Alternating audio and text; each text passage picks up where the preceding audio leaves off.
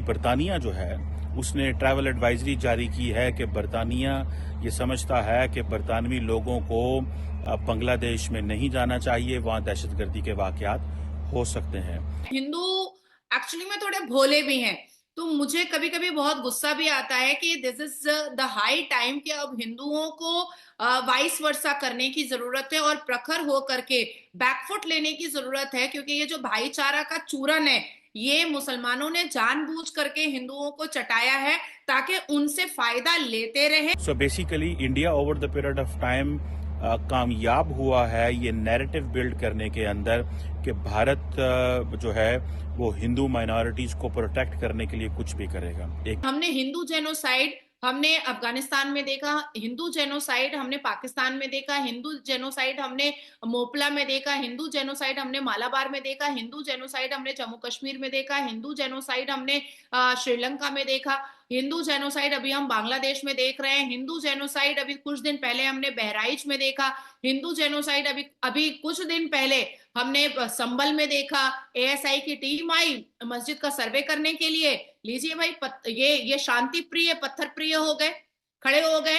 More than 40 police officer are injured. Bangladesh जो है उसको वो मुसलमानों का मुल्क तो जरूर है, लेकिन इंडियंस को और सॉरी हिंदूज को भी प्रोटेक्ट किया जाए वहां पे। ये जो एक डेवलपमेंट है मैं समझता हूँ सिग्निफिकेंट डेवलपमेंट है और इसके इंटरनेशनल इम्प्लीकेशंस हो सकते हैं बांग्लादेश के लिए। देखिए थोड़ा सा माजी में जाएं तो शेख हसीना वाजिद थी। शेख हसीना वाजिद के दौर में हम देखते थे कि बहुत अच्छा एनवायरनमेंट था, इंडिया को कोई प्रॉब्लम नहीं था, अमरीका को प्रॉब्लम था। आप याद करें वो दिन जब इंडिया खड़ा होता था बांग्लादेश के साथ। आज इंडिया के जो इंटरेस्ट हैं उनको प्रोटेक्ट नहीं किया जा रहा। बताया कि इंडिया ने सेंसिटाइज किया ग्लोबल कम्युनिटी को, डोनाल्ड ट्रंप से बयान दिलवाए, बरतानिया से बयान दिलवाए जा रहे हैं। तो आप इससे अंदाजा लगा लें कि इंडिया जो है उसने एक दफा मुश्किल में डाल दिया। फ्रैंकली स्पीकिंग इंडिया ने बांग्लादेश को मुश्किल में डाल दिया है और इंडिया ने कोशिश की है कि जो बांग्लादेश की आउटलुक है, बांग्लादेश की जो पिक्चर है, बांग्लादेश की जो सिचुएशन है वो नजर आए from a Muslim perspective, not from a neighbouring country. अगर आप इस चीज को अंडरस्टैंड करें कि इंडिया चाहता है कि बांग्लादेश को एज ए मुस्लिम कंट्री पहचाना जाए। दोस्तों एक बहुत बड़ी शर्म की बात है कि आज तक हमारी गवर्नमेंट ने बांग्लादेश में जो हिंदुओं पर अत्याचार हो रहा है उनके ऊपर ऐसा क्या कड़ा कदम उठाया जो हमारे हिंदू भाइयों को बचाया जा सकता है। तो दोस्तों अब यूके की संसद में भी ये कदम उठाया गया है कि जो यूके से जो टूरिस्ट जाते थे बांग्लादेश उनके ऊपर बैन लगा दिया गया है कि बांग्लादेश एक सेफ इलाका नहीं है घूमने लायक। अभी बांग्लादेश में आए दिन हमले हो रहे हैं देखते हुए, और जो हमारे हिंदू कम्युनिटी के जो लोग हैं भारतीय वो खुद चल पड़े अपने हिंदू भाइयों को बचाने के लिए, लेकिन बीएसएफ के द्वारा उनको भी रोक लिया गया और बांग्लादेश में उनको एंट्री नहीं करने दी गई। अब या तो गवर्नमेंट कुछ करे, नहीं हमारे हिंदू भाइयों को कुछ करने दे। मोहम्मद यूनुस ने इंडिया के इंटरेस्ट को वॉच ना किया तो समझे बांग्लादेश मुश्किल में पड़ जाएगा। ये आप मेरी बात को लिख लें। सो मोहम्मद यूनुस को फोर्स किया जा रहा है, मोहम्मद यूनुस को अलार्म किया जा रहा है कि देखो अब तुमने अमेरिका के कहने के ऊपर जो अदानी की डील थी, जो अदानी की एनर्जी सप्लाई करने की डील थी, उसको तुम रिविजिट कर रहे हो। तो अगर तुम रिविजिट करोगे तो हम तुम्हें इस मुश्किल में डाल देंगे कि तुम एक एज एन एक्सट्रीमिस्ट नेशन के तौर पर पहचाने जाओगे। देखिए इंडिया के पास बहुत सारे टूल्स हैं। एक इंडिया के पास टूल ये है कि वो as a neighbouring country Bangladesh पे इफेक्ट कर सकता है। दूसरा इंडिया के पास टूल है कि इंडिया की ग्लोबली जो आवाज है वो सुनी जाती है। तो जब आपकी ग्लोबली आवाज को सुना जाए तो देन इंटरनेशनल सोसाइटी दूसरे मुल्कों को, नेबरिंग कंट्री को उस एंगल से देखना शुरू करते हैं। देखिए इंडिया बहुत कामयाब रहा है कि जैसे उसने पाकिस्तान को मुश्किल में डाला।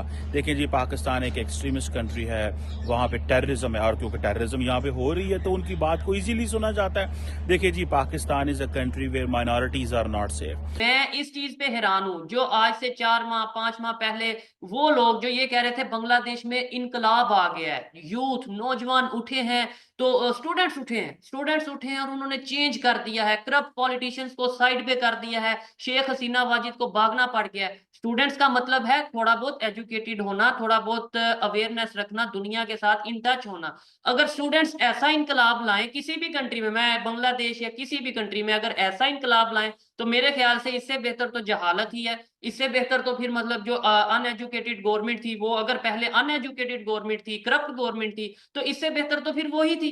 मैंने कहा जी इंडिया बिल्कुल ठीक कह रहा है। अब इंडिया ने पकड़ लिया बांग्लादेश को, because Bangladesh is not watching India's interest. अच्छा, मालदीव्स को अगर आप देखें तो देखें ये इंडिया का इन्फ्लुएंस है, ये इंडिया की पावर है, ये इंडिया का over the period of time वो जिसे कहते हैं ना कि अपने आप को वो इस तरह पिच कर रहा है कि आप इंडिया की बात सुने बगैर कहीं निकल नहीं सकते। बिकॉज जब इंडिया बोलेगा तो इंडिया आपको पनिश भी कर सकता है। This is a messaging. देखें why Americans are at time softly speaking, because they know they have a big diplomatic mouth, they have a big economy, they have a big military, and they can punish the way. So they speak silent, but they act tough.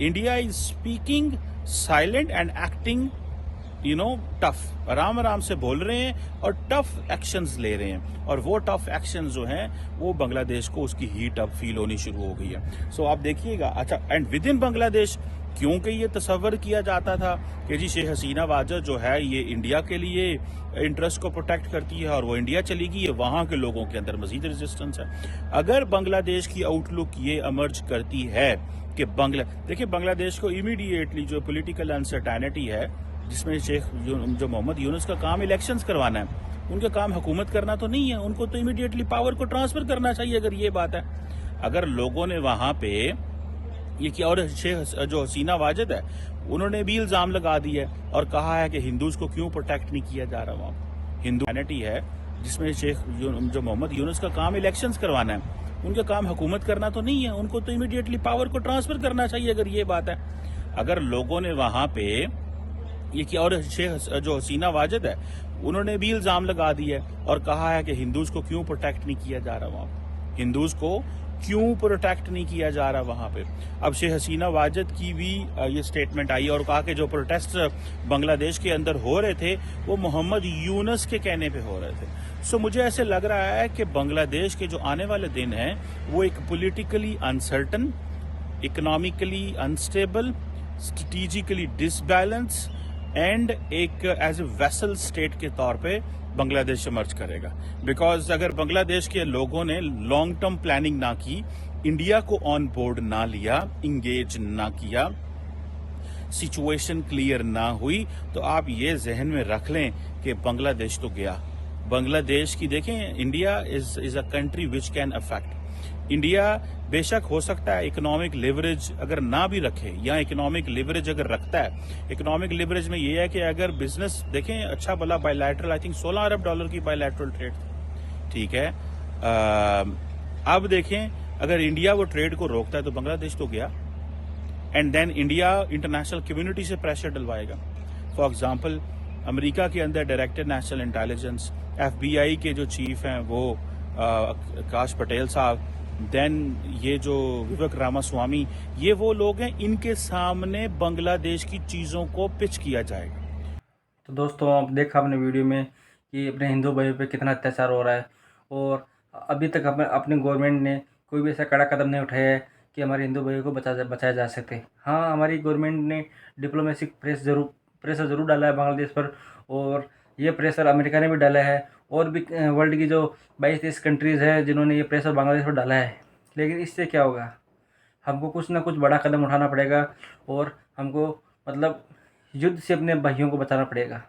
अन्यथा तो वो अपने हिंदू भाइयों पे जो अत्याचार हो रहा है, हम आए दिन खबर सुनते आ रहे हैं वो, और हमारे मंदिरों को फोड़ा जा रहा है वो भी हम देखते आ रहे हैं। लेकिन ये अत्याचार कब तक सहन करेंगे, हमको कभी ना कभी तो एक बड़ा कदम उठाना पड़ेगा, और वो टाइम आ गया है अब कि हम अपना कदम उठाएं और अपने हिंदू भाइयों को और अपनी संस्कृति को बचाएं। तो दोस्तों आपको इस पर क्या राय है आपकी, ज़रूर अपने कमेंट में देना।